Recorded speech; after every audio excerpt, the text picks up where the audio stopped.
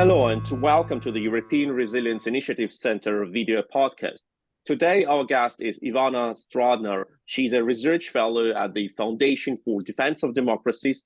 She analyzes Russian hybrid informational warfare in Europe and in the United States. She's an author for the Washington Post, Foreign Affairs, The Hill, Foreign Policy, The National Interest, and other media. And today we speak to Ivana about what has happened in Kosovo last weeks. What are the tensions between Pristina and Belgrade, and how much Russia is in these tensions? Ivana, welcome to this podcast. And can you explain us what has happened in Kosovo within the last days?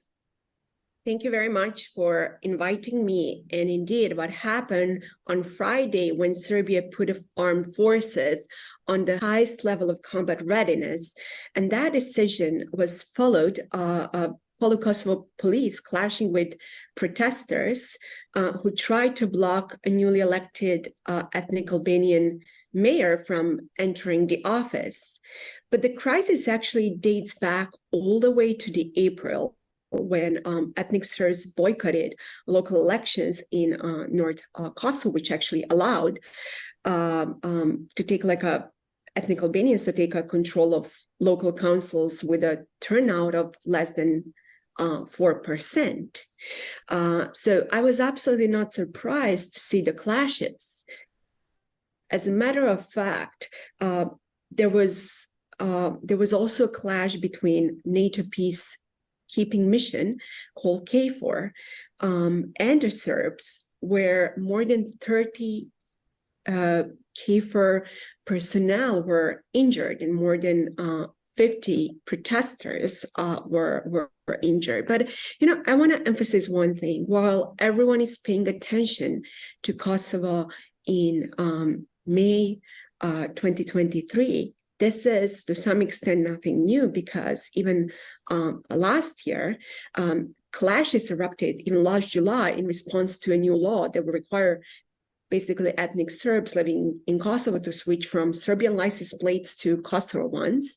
But we also should not forget that since Kosovo's 2008 declaration of independence from Serbia, the ties between Belgrade and Pristina have been always on a high alert. So even while we are talking today, there are still, protests going on. And, the violence basically erupted in the Zvečan municipality, which is located only 45 kilometers Pristina. And prior to that, violent outbreak, Kosovo's police and NATO peacekeeping troops were guarding those municipal buildings in Zvečan and 3 other northern Kosovo municipalities. As these areas, just held, those elections. Since the elections, protesters that are, could be saying one side, backed also Belgrade, they refused to accept the election results. And Vučić, President Vučić from Serbia, he voiced support for the protesters, stating, they were conducting, very peaceful uprising in response to injustices, from their occupiers. But the thing is, Vučić also has problems back home in Belgrade. After 2 mass shootings there every weekend and every week, whether it's Friday or Saturday, huge rallies against his regime. So he also has incentives for this violence, to spiral further. But it's not only Vučić. There is, of course, always Russia and China that also benefit from the conflict, in Kosovo, and they already had numerous public statements.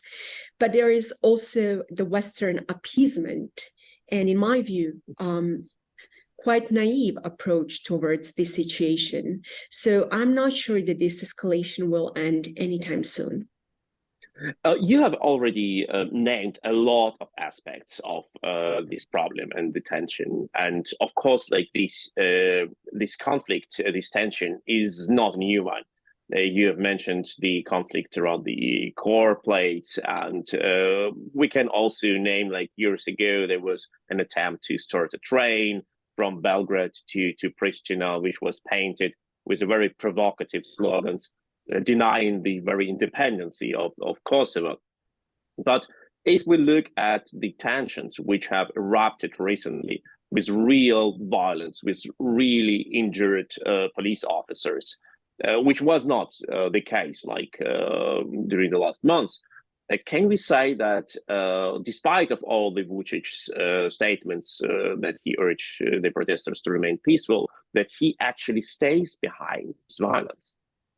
I would say that Vučić has numerous strategic interests in spiraling chaos in Kosovo, because Kosovo has always served for numerous leaders in Serbia as a bargaining chip because of the religion and because of religious value.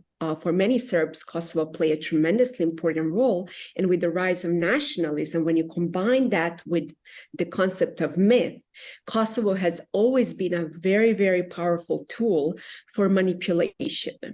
And this is, not the first time that we see even Slobodan Milošević was using Kosovo in a very, very similar manner. So when it comes to Vučić, I don't think that he would benefit from a full-scale invasion over there, because that would jeopardize his quite comfortable life, and Belgrade's politics that is, led by corruption. However, he benefits a lot from escalating the crisis and then de-escalating the crisis, and then to positioning himself as someone who can be a source of stability in the region. And basically to use that as a bargaining chip against the West, telling the West that there is no peace and security in the region without his leadership, which means that he can use that as a bargaining chip to stay in power. So that's why, this is why strategically he would benefit from, such crisis. I also think, even though he keeps saying, that protests are peaceful, I don't think that protests are peaceful, because you have literally thugs and criminals from Belgrade, from Serbia, who are also the part of numerous violence, engaged in numerous violence, in Kosovo.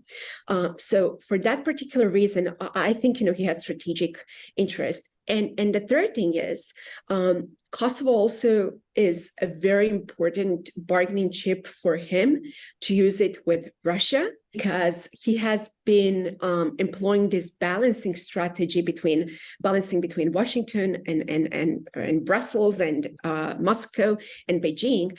And he also understands very well that he cannot recognize Kosovo, because that would also jeopardize his relationship with Moscow. And his strong relationship with Moscow is important also because that serves as a bargaining chip with the West. Because think about this, the last thing that Brussels or Washington want right now is to have another conflict in the region. And this is precisely why they are trying to appease Vučić, so he does not go with Russia in order to maintain peace and stability, which is, in my view, a very naive way of perceiving the situation. You have already named the role of Russia in this conflict. And there are, of course, a lot of evidences that Russia is involved, but how much is Russia involved?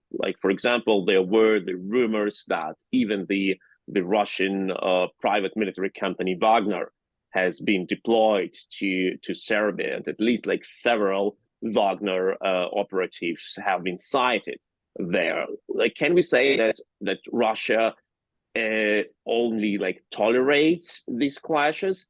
Or was Russia really helping Vučić to make the tensions worse? Okay, so let me then start with a big question. Why would Russia benefit from having problems and escalation in the Balkans? This is really nothing new, Sergei, because Russia has been trying to interfere in the Balkans for many, many years. People, started being close attention to the region after a full-scale invasion in February, especially in Bosnia and Kosovo. But again, this is nothing new, and I'll tell you what's Russia's key goal. Russia does not need to roll on tanks in any of the Western Balkans countries.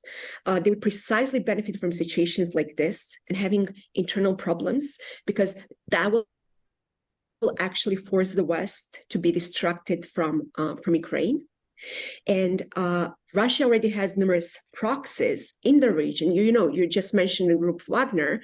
I mean, I work very closely in the field of information operations. I mean, even Cyberfront Z has a very close ties with particular proxies in Belgrade. And for people who don't know what Cyberfront Z is, it's allegedly grassroots movement that is run on Telegram, but it's like the key one of the key channels for information operations campaign that is linked to Wagner. And let alone, not only that, but there are numerous reports that also Wagner has been recruiting people, in the Balkans, including Serbia, which tells you really all you need to know. But I'm not so concerned about Wagner Group per se. There are numerous, other operatives and numerous other groups that operate there. I mean, you have had the role of, let's say, Russian, biker gang, night wolves for many years, who have supported numerous, protests.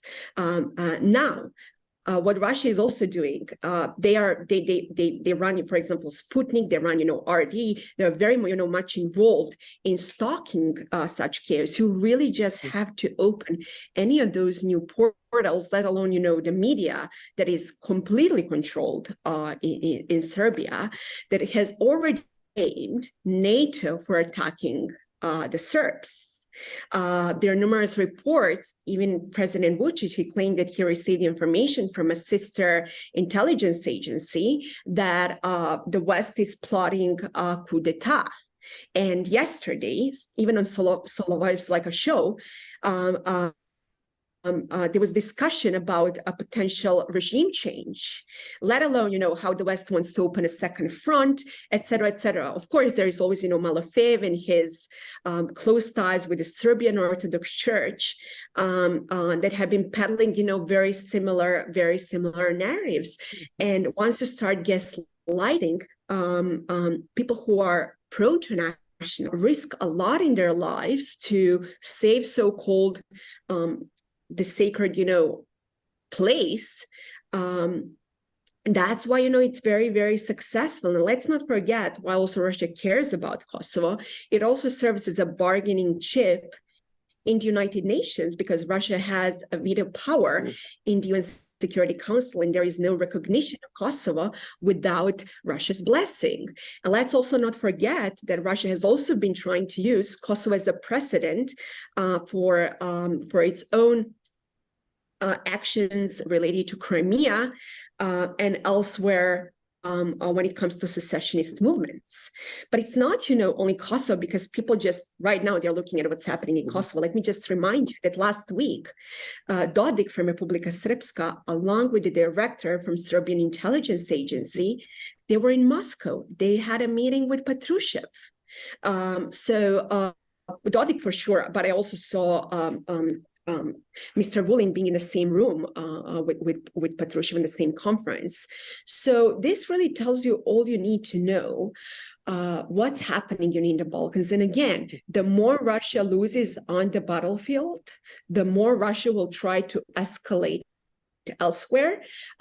Russia has tried to use, for example, Moldova, or, for example, to jeopardize relations between Azerbaijan and Armenia, or Georgia. I mean, Sergei, these are all same narratives, the same playbook. The thing is, in the Balkans in particular, unfortunately, that playbook, still works, but also because Serbia is not the victim of Russian influence. President Vučić benefits from Russian influence.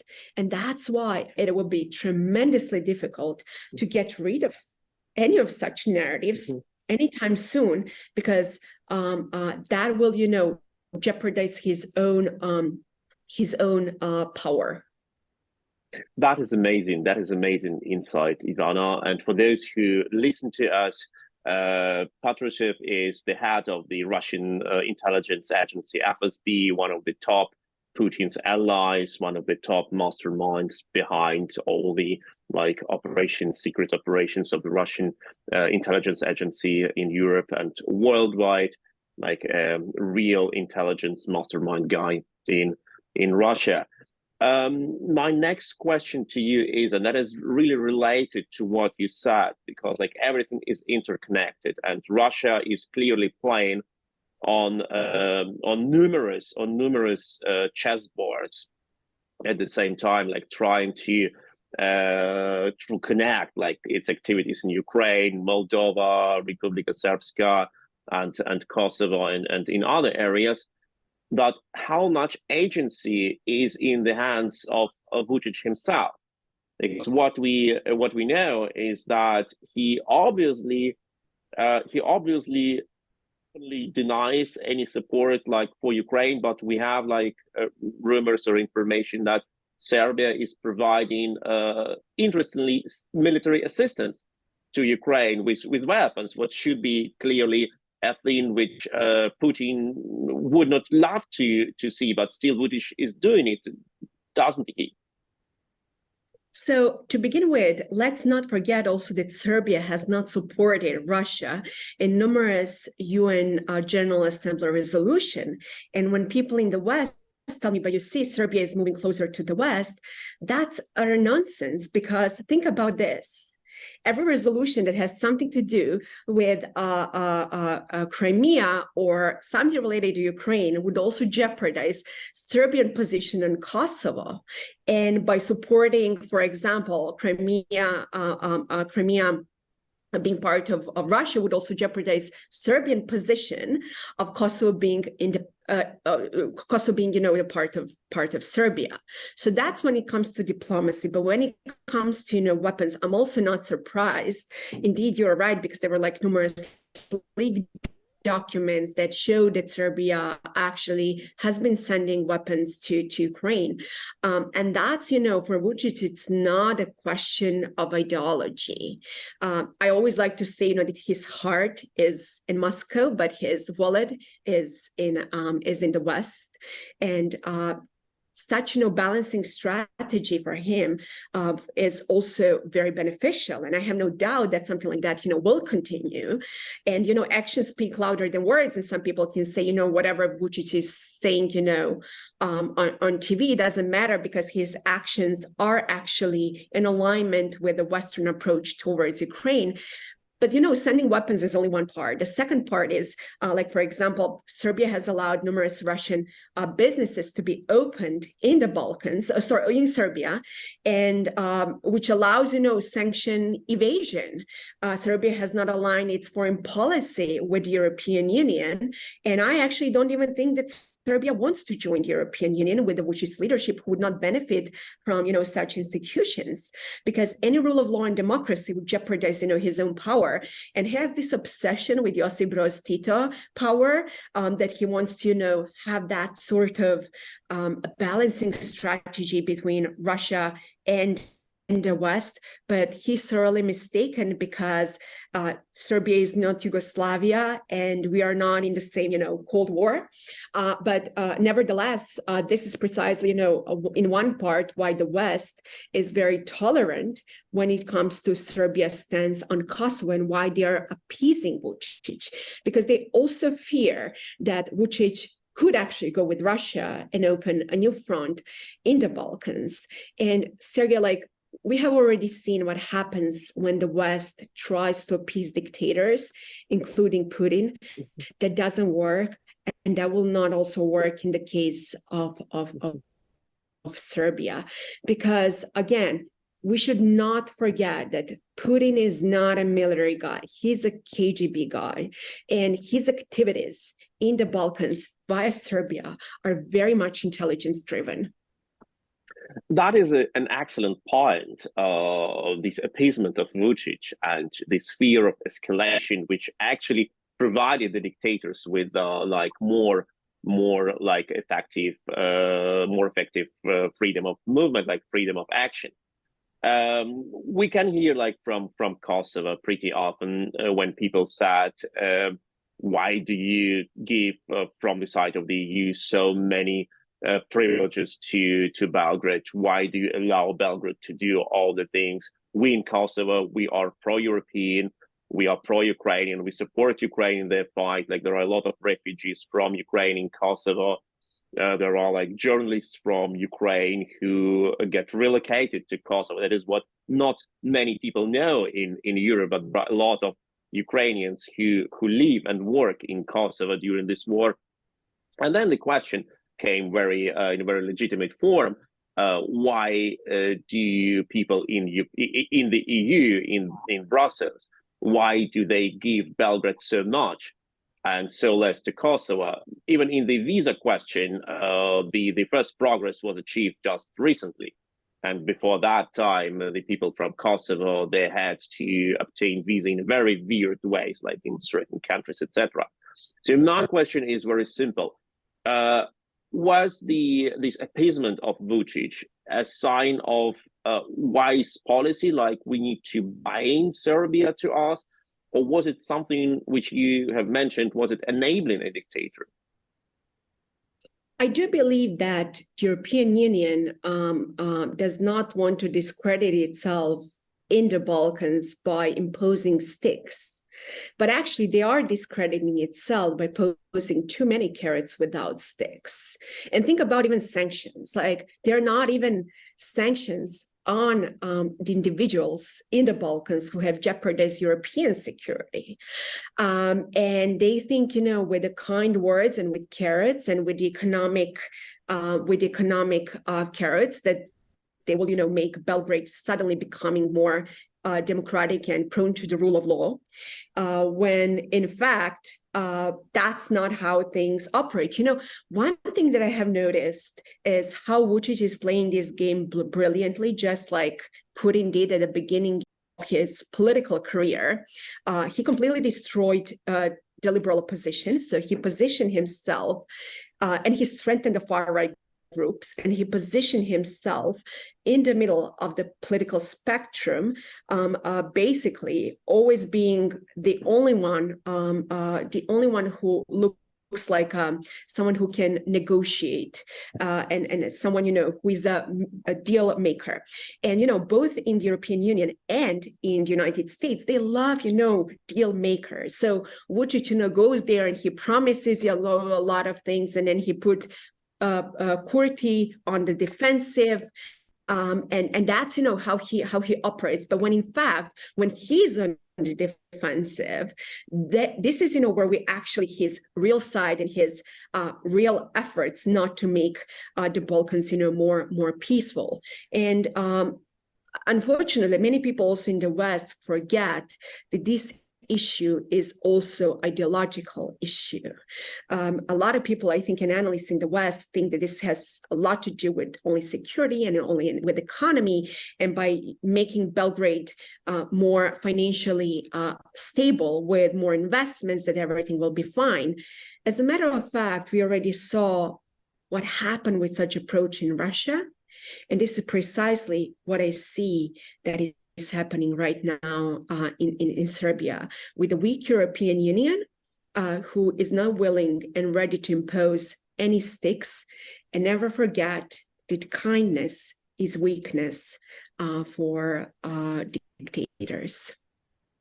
Well, that is a very, very clear point you have demonstrated now, and we know that without a very strict and decisive approach, first of all, by the US.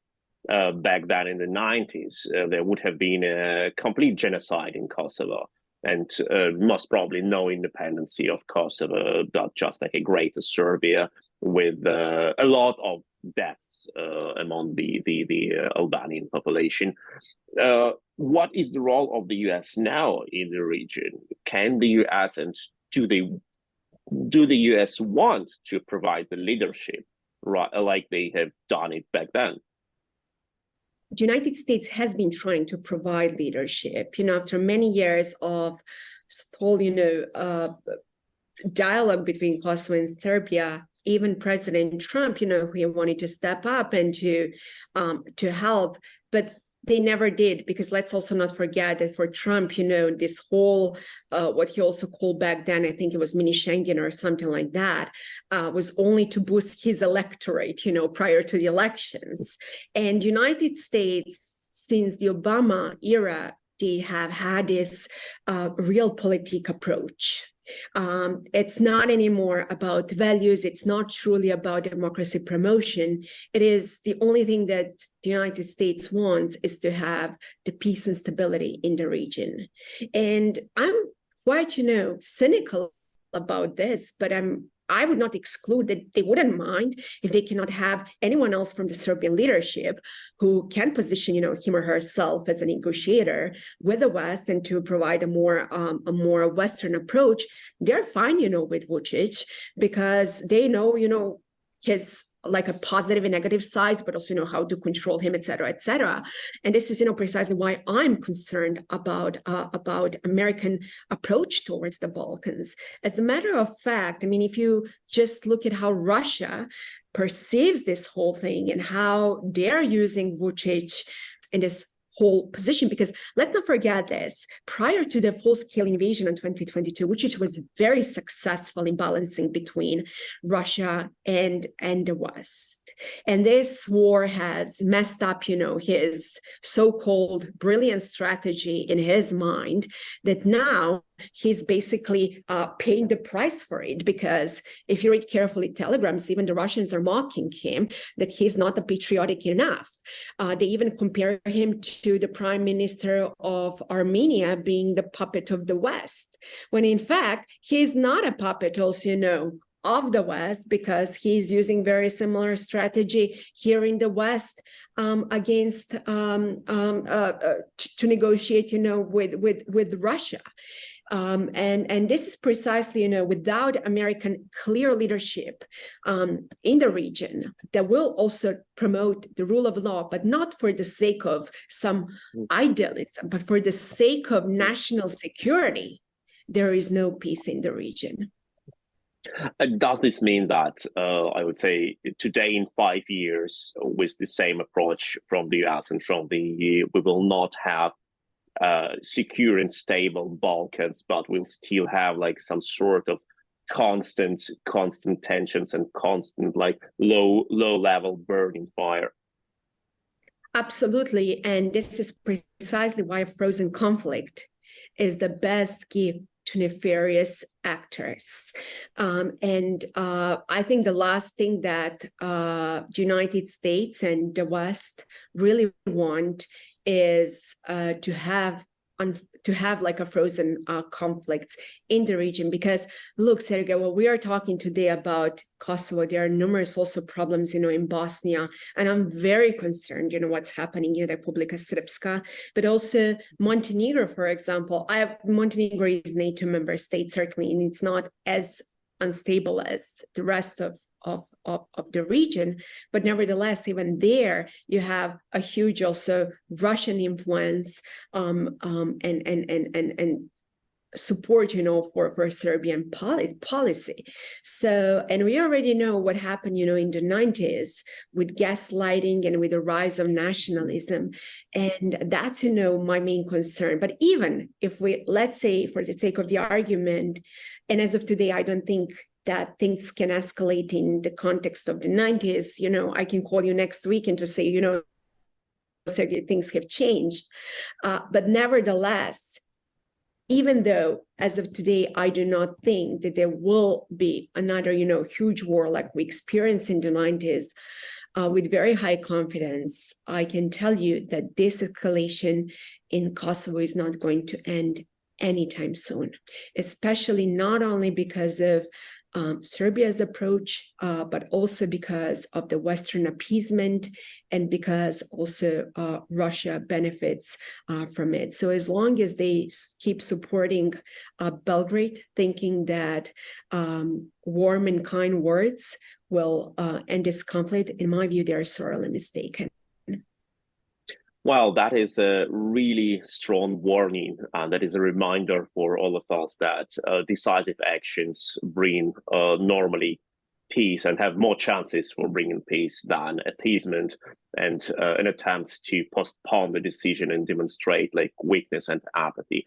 That was a moving interview with Ivana Stradner, who is a research fellow at the Foundation for Defense of Democracies, an expert in analysis of the Russian influence and informational warfare in the West.